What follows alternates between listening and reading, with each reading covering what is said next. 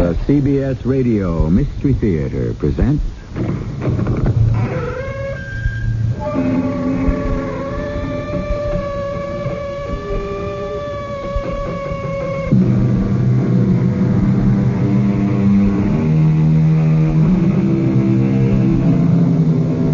Come in.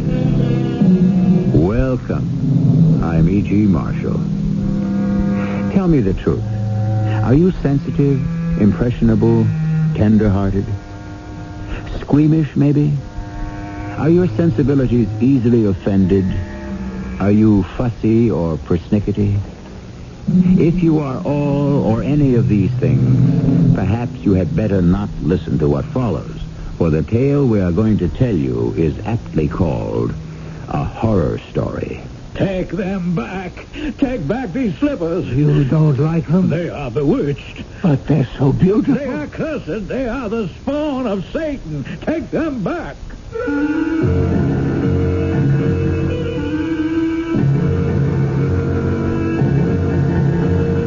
Our mystery drama, A Horror Story, was written especially for the Mystery Theater by Elspeth Eric and stars Robert Dryden. It is sponsored in part by True Value Hardware Stores and ARM, Allergy Relief Medicine. I'll be back shortly with Act One.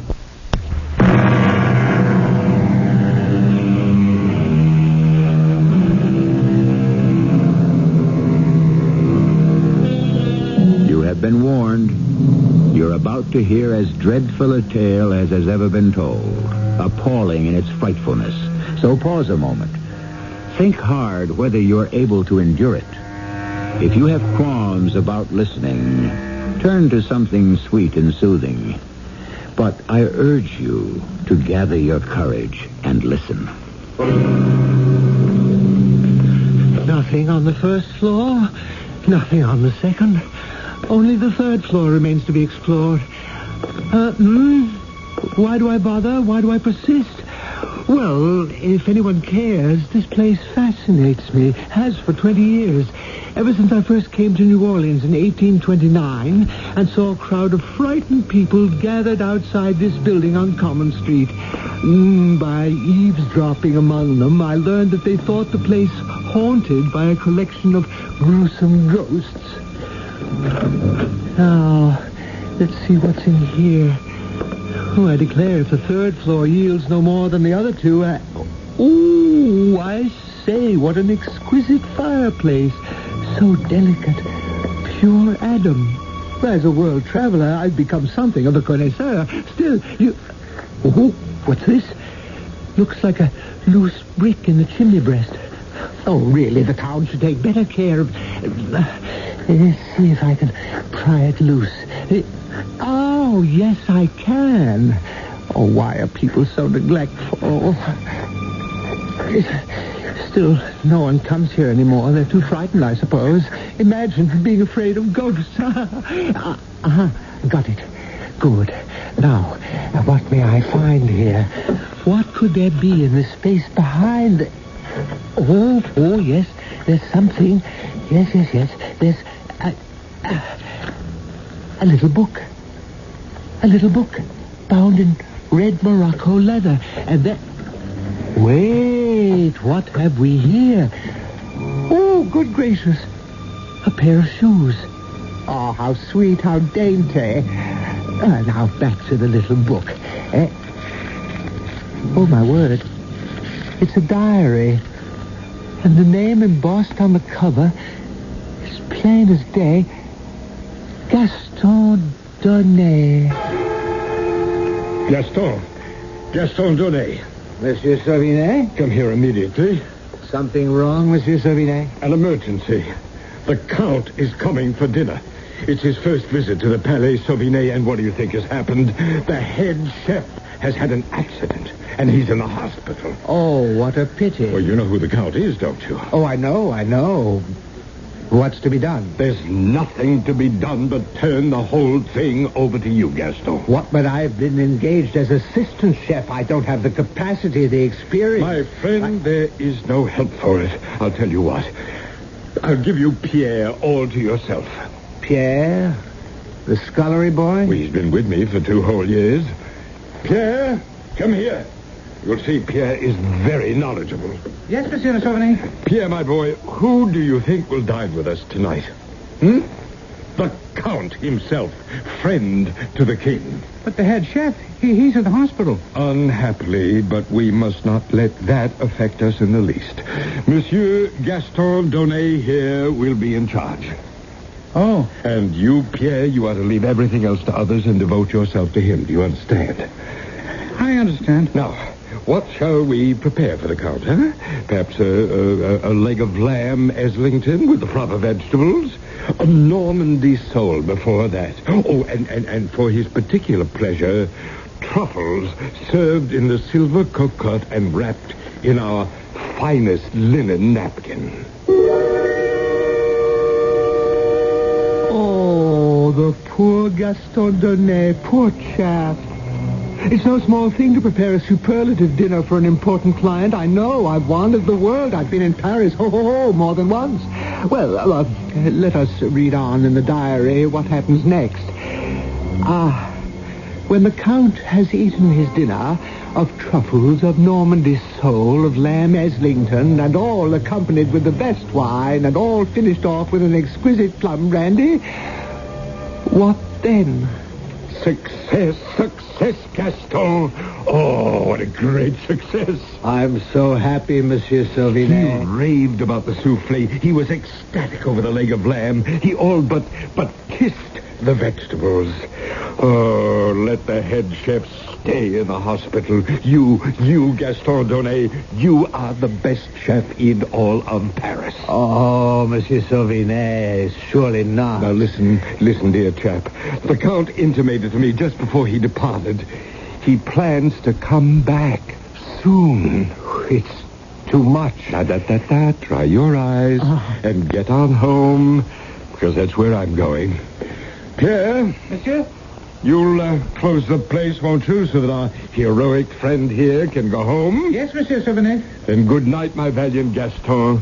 Good night until tomorrow. Good night. Oh, what a glorious night it has been. Aren't you going home, Monsieur Donnet? What? Home? To tell your wife about your success. I have no wife. Oh, there must be someone you can boast to. Monsieur Sauvinet said the Count adored the souffle and the lamb. All but kissed the vegetables, he said. But he said nothing about the truffles. No, he didn't. The beautiful truffles in the silver cocotte. Pierre, did the Count enjoy the truffles, do you think? Well... If so, why didn't Monsieur Sauvinet mention it? Well, they were a little overcooked. Overcooked? You said overcooked? I heard the Count remark to his lady friend that they were slightly overdone. After all, they require only 7 to 8 minutes in the oven, and yours were in there for 10. That's not so. Oh, yes, I noticed. At least 10 minutes. Why, you dirty little beggar. Why, keep away from me. Keep away from me. That knife. No, the knife. Put down the knife. Please.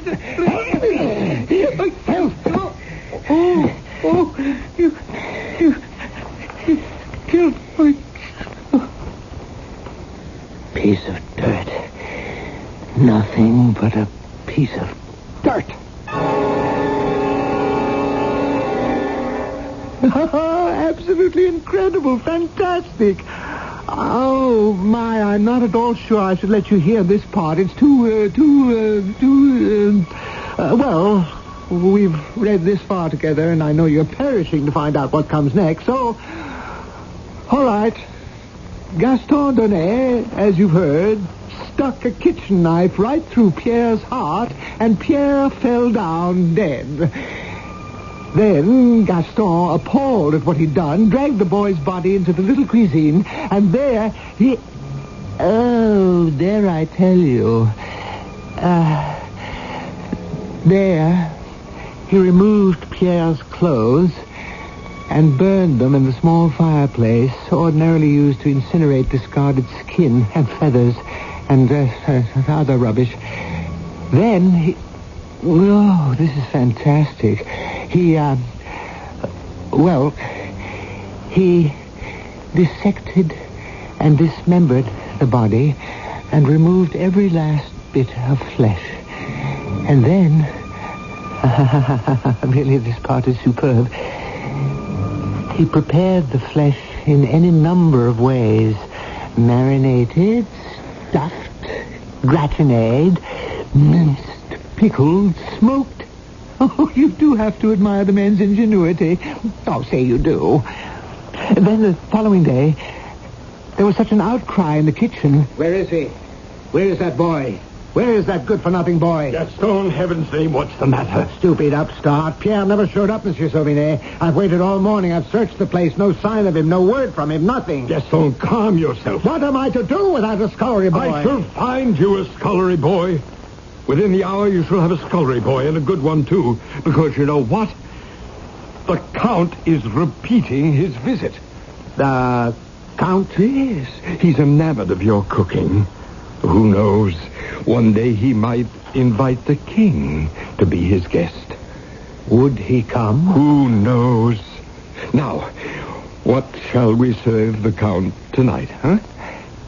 Monsieur Sauvinet, is it true that the Count did not appreciate my truffles?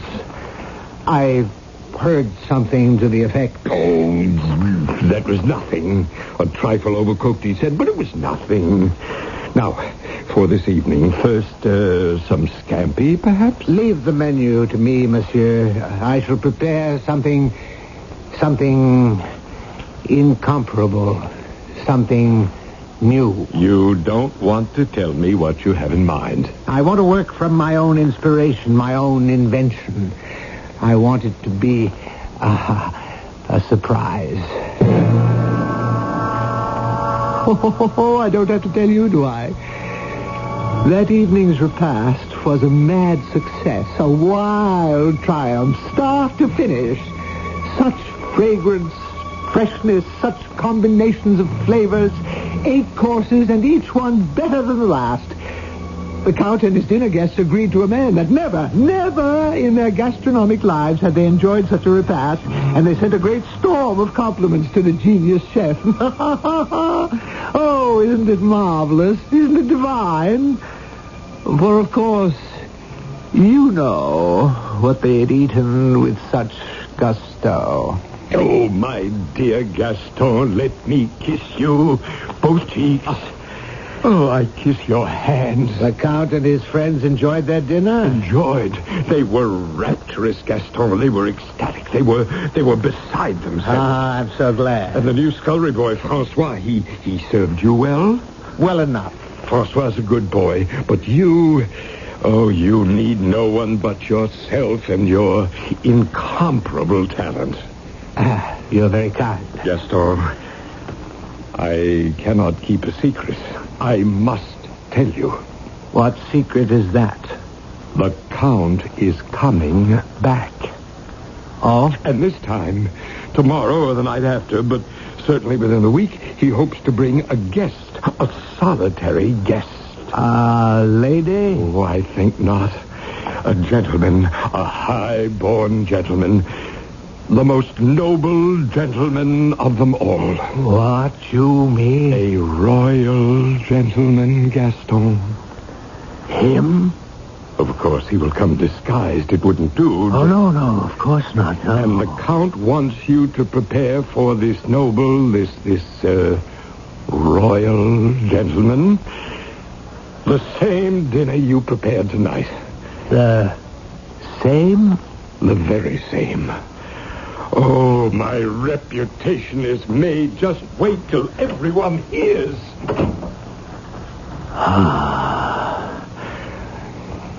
Francois? Come here, my boy. Oh, and bring the large mallet with you. The one we used to hammer out the scallops. Oh, yes, that's the one. Hand it over. Thank you, Francois. Now, turn around. No, face the other way. Yes. That's it. Now stand very still. I'm sorry, Francois. But what else could I do? say in the diary if the Count's guest was actually the king himself, although it does say that both gentlemen enjoyed their dinner immensely and sent the most effusive compliments to the chef. However, according to what it says here, shortly thereafter, great outcries were raised by the mothers of the two vanished boys, and Gaston Donnet suddenly left Paris, never to return. Which is quite understandable, wouldn't you say?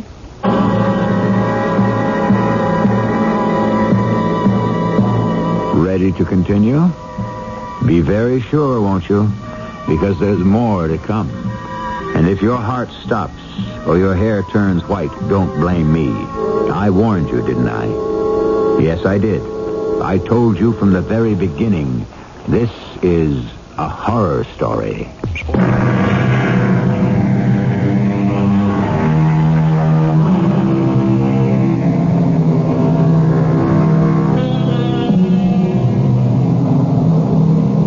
Shall we proceed, sweet ladies, kind gentlemen?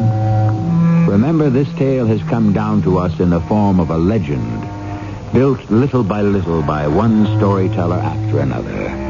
Each one delighted in what he had been told and then added whatever provocative details he thought might captivate his audience and seduce it into listening longer. That is, after all, how legends have come into being since the world began. Ready for the diary again, And for a change of scene? In 1829, New Orleans was already a fair city and a prosperous one. A proud and stylish and extremely forceful man, Mr. Poncet, was the leading citizen of New Orleans.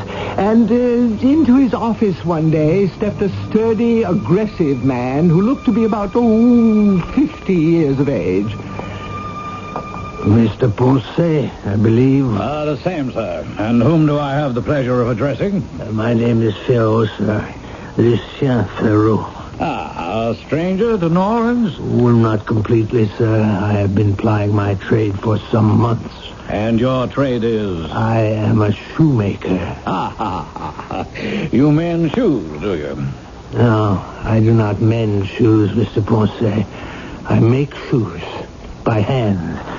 I cut every piece of leather. I sew every stitch with these two hands. I see. Well, now, what can I do for you, Mr. Ferraud? Everyone tells me you are the most influential man in New Orleans. I want to buy that building on Common Street. Which one do you have your eye on? The one with 3 stories, 6 chimneys.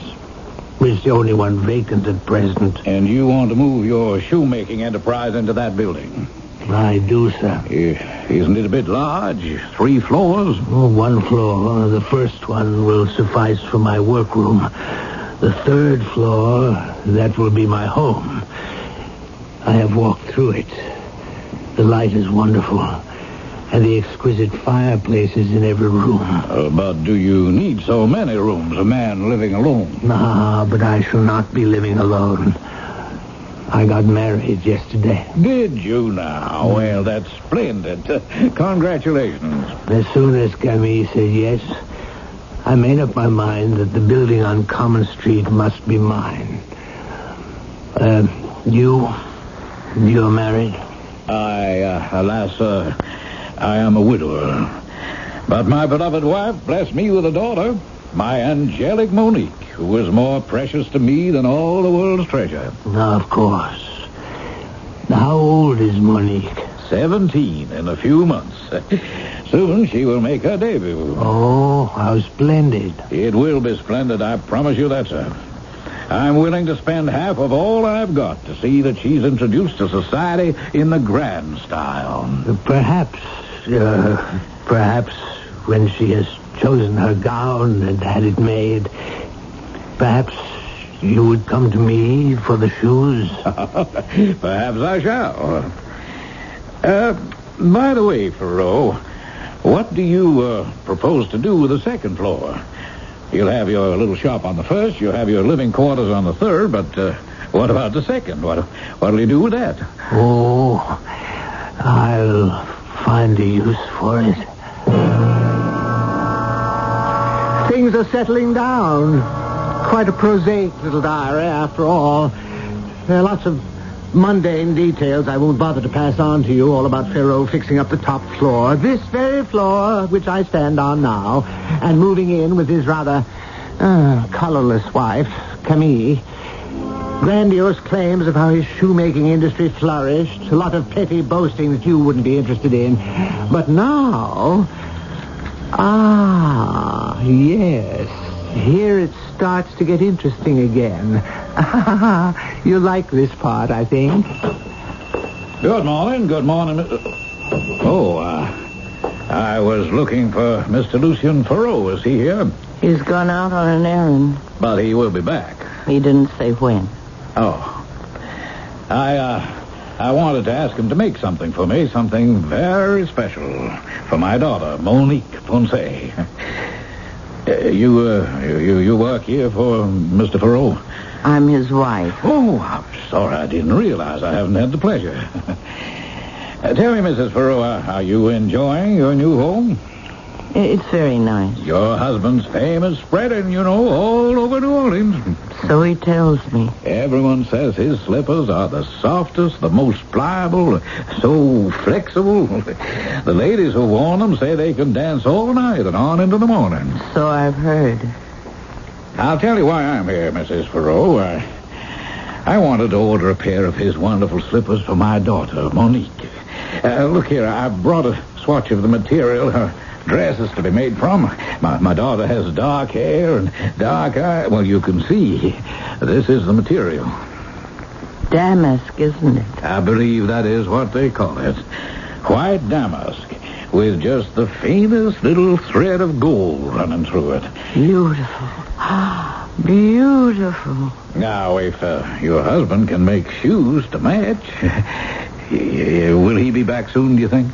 I've got no way of knowing. He never tells me anything. Oh, well, I'll wait a bit.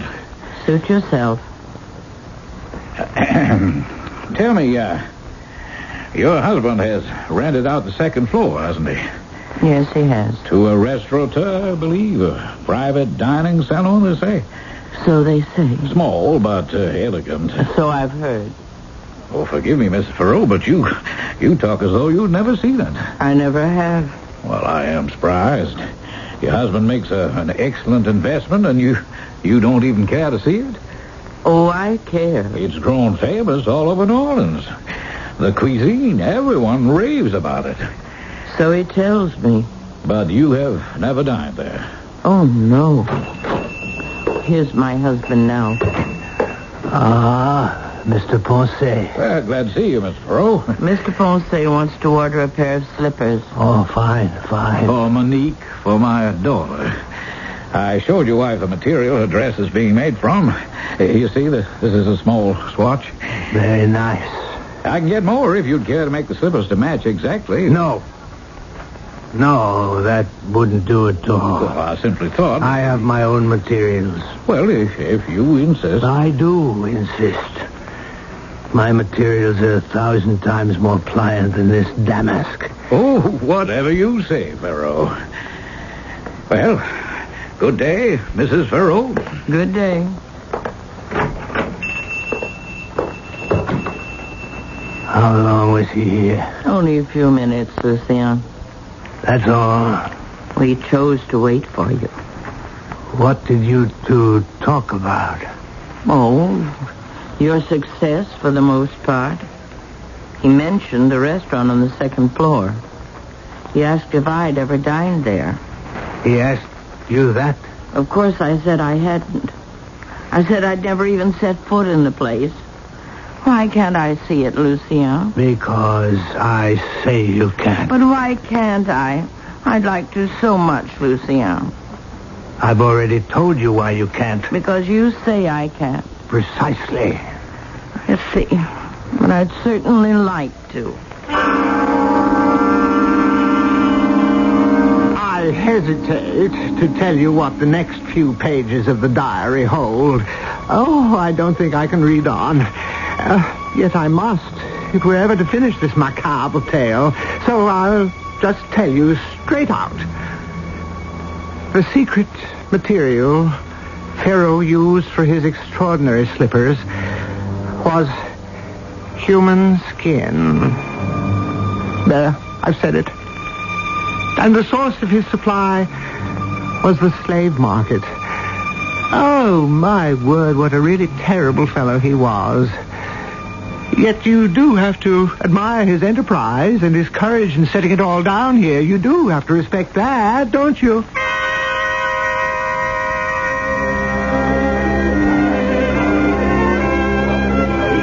Yes, sir? Do you have a reservation? Oh, yes. The name is Ponce, table for two.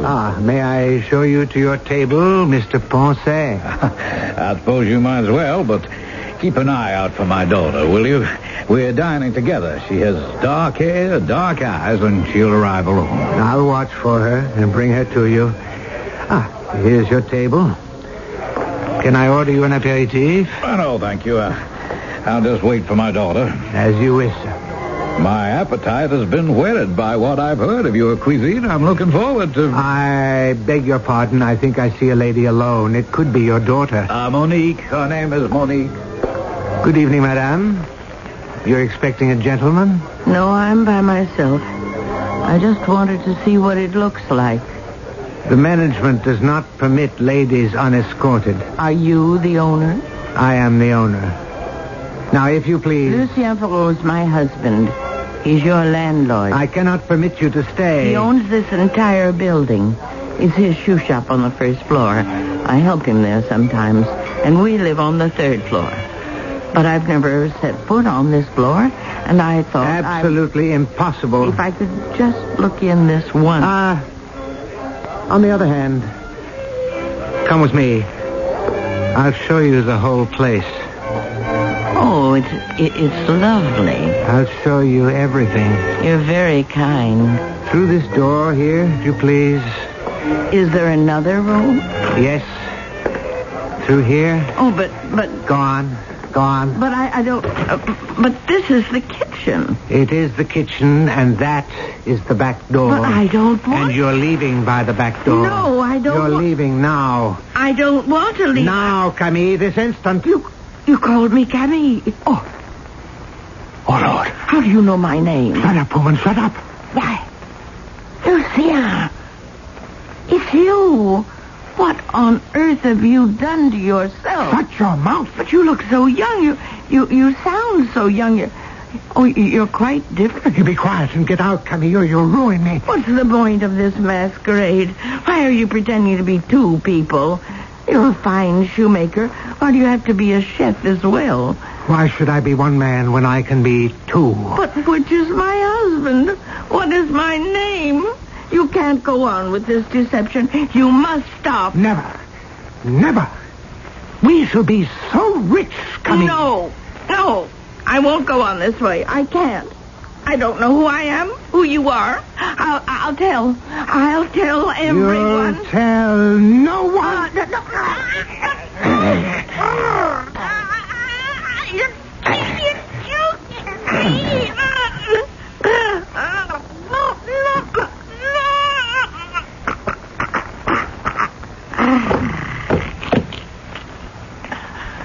Oh, Camille. Poor Camille.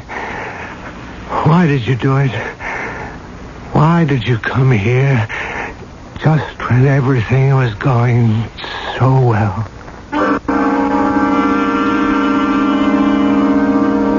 Poor Camille, indeed.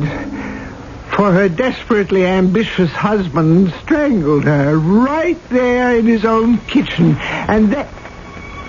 Oh, merciful heavens, I hate to tell you what comes next, what it says here. As he looked around him, and the pots and the pans and all the accoutrements of his profession, the thought crossed his mind that... Oh, how can I say it?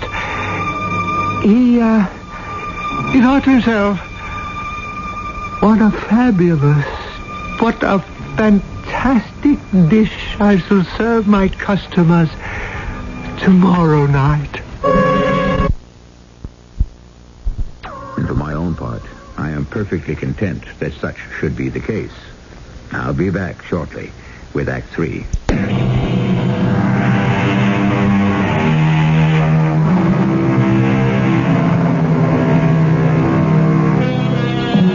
Back to our legend, which was invented to curdle your blood and freeze the marrow in your bones. If it has not done so, then it has failed in its purpose. For to make you gasp, exclaim, to make the hairs on your body stand on end, why, that is the very proper purpose of a horror story.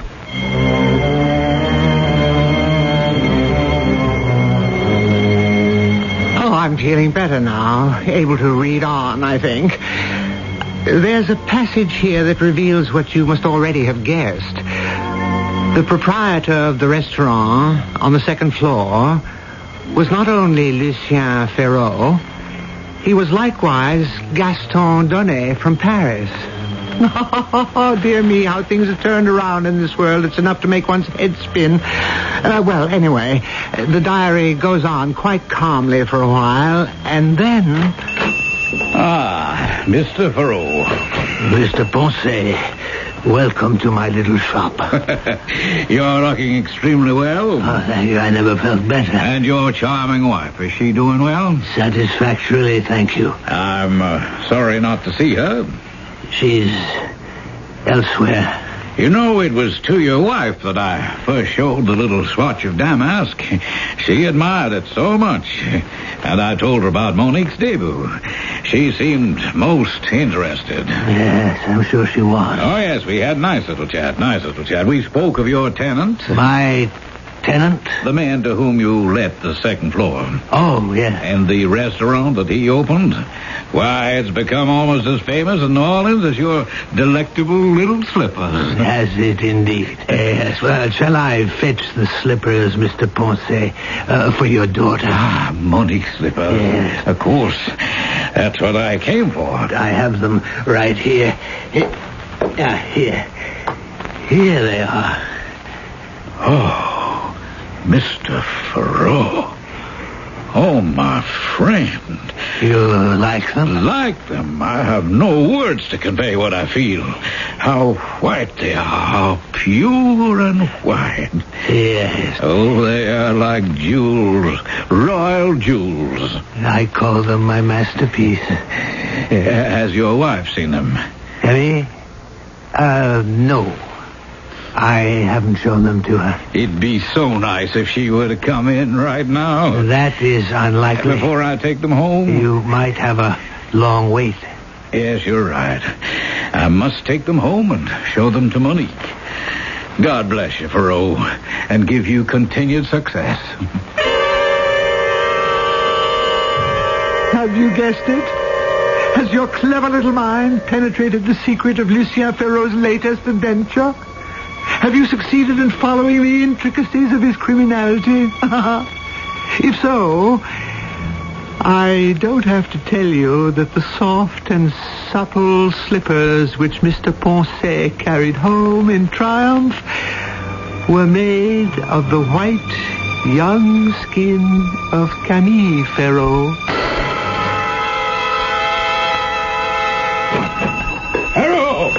Ferraud! Are you here? Where are you, you rogue? Come out here. Mrs. Ferraud, are you here? I must see your husband at once. It is imperative. Well, I must see someone. I must see someone now. You were looking for me? You villain, you monster. Something is wrong, sir? Fiend, a devil. I, Mr. Ponce, well, what... Or are you a sorcerer, a wizard? Mr. Ponce... Or do you have the evil eye? Confess, you barbarian. But what is it? What must I confess to? Oh, you know very well. No, I don't. Mr. Ponce, you left here an hour ago with the slippers. You seemed happy. The slippers, yes, the slippers. You don't like the Those slippers? cursed slippers, the abominable Your slippers. daughter does not like the slippers. There are your slippers. Take them. You're bringing them back? You take them and never let me see them again. You don't want them? You unwrap them and you'll see. Unwrap them and see what you have created. Unwrap them and behold your masterpiece. I shall. Not in my presence, you won't. Wait till I'm out the door and never come near me again. What in the world? What went wrong? What? What's that? What's that sound? Can it be? Is it in here? My slippers! My beautiful white slippers! What's got into them? What are you saying? Are you mad? Wait, no, come back! Stay still! Where are you going? What's got into you? No, don't touch me! Not me! Not me! Stay away from me! I'll go upstairs. They're following me. Maybe if I can get to my own floor, my own place. There's one more floor to the top. I'll hide. Yes. I'll hide. I'll hide here. Fire! They're here. They got in. They're coming at me. They're on me. They're crawling up my back. My hair. On my face. No, they're sliding down my back. Good Lord. No. Heavenly Father, they're on my diary. No one must ever see my diary. No one would ever know what I have done. If anyone is to know. No. Heaven forbid. Where can I hide it so that... Yes. I'll hide it here behind this brick in the chimney. Yes. Here. Behind this brick. No one will ever find it. Now. I did put back the brick. Oh, Lord! The slippers have skidded into the chimney. They're sitting on top of the diary. At any rate, they're not chasing me. Put back the brick now. Have peace. A little peace. Yes. Quiet. No noise. All quiet now. It's all very quiet. Camille, where are you? Where have you gone, Camille? And Francois and Pierre. Oh, the police. They're here to get me. They're going to arrest me. But what have I done? I haven't done anything. Just tried to make a living. Had a little success. And I'm innocent. I'm innocent.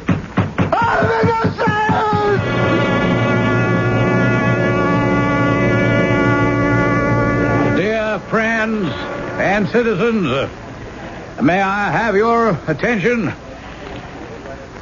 I know you expect from me some explanation of what was found in the place on Common Street a few weeks back. The authorities have said that I might tell you all that is known, though how it all came about is a matter for conjecture. When the police broke in on the third floor of the Common Street building, they found... be brave, my friends. Be prepared for something horrendous. They found a dead man. They think they recognized him as the owner of the building, though, to be brutally honest, they could not be absolutely sure because the body, good people, had been skinned. Yes, my friends, they have concluded that this poor man went mad and flayed himself alive.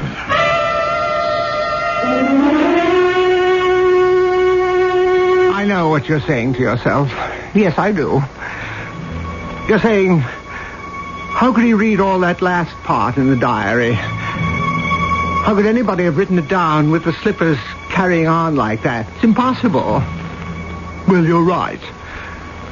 The reason I know what happened is that I am Gaston Donnet, later Lucien Ferraud.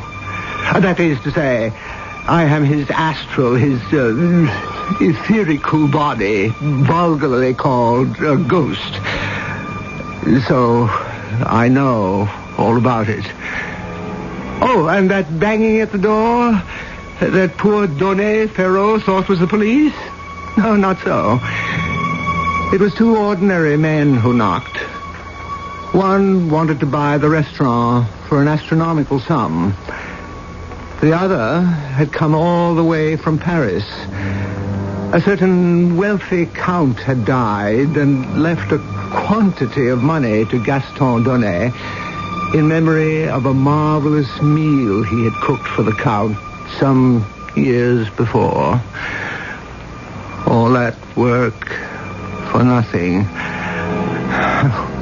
Where did I go wrong? Where?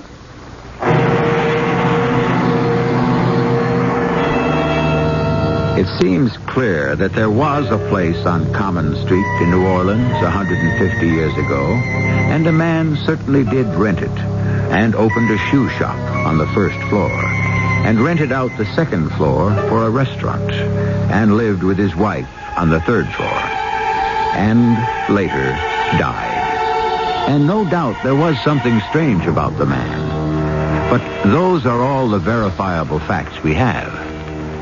As for the rest, well, you know how people talk. And as they talk, legends are born.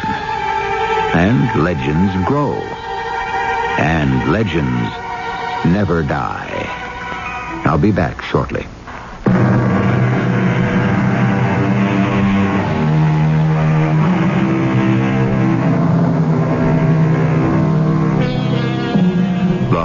Story in modern literature started with The Castle of Otranto, written by Horace Walpole, quickly followed by The Mysteries of Udolpho by Anne Radcliffe.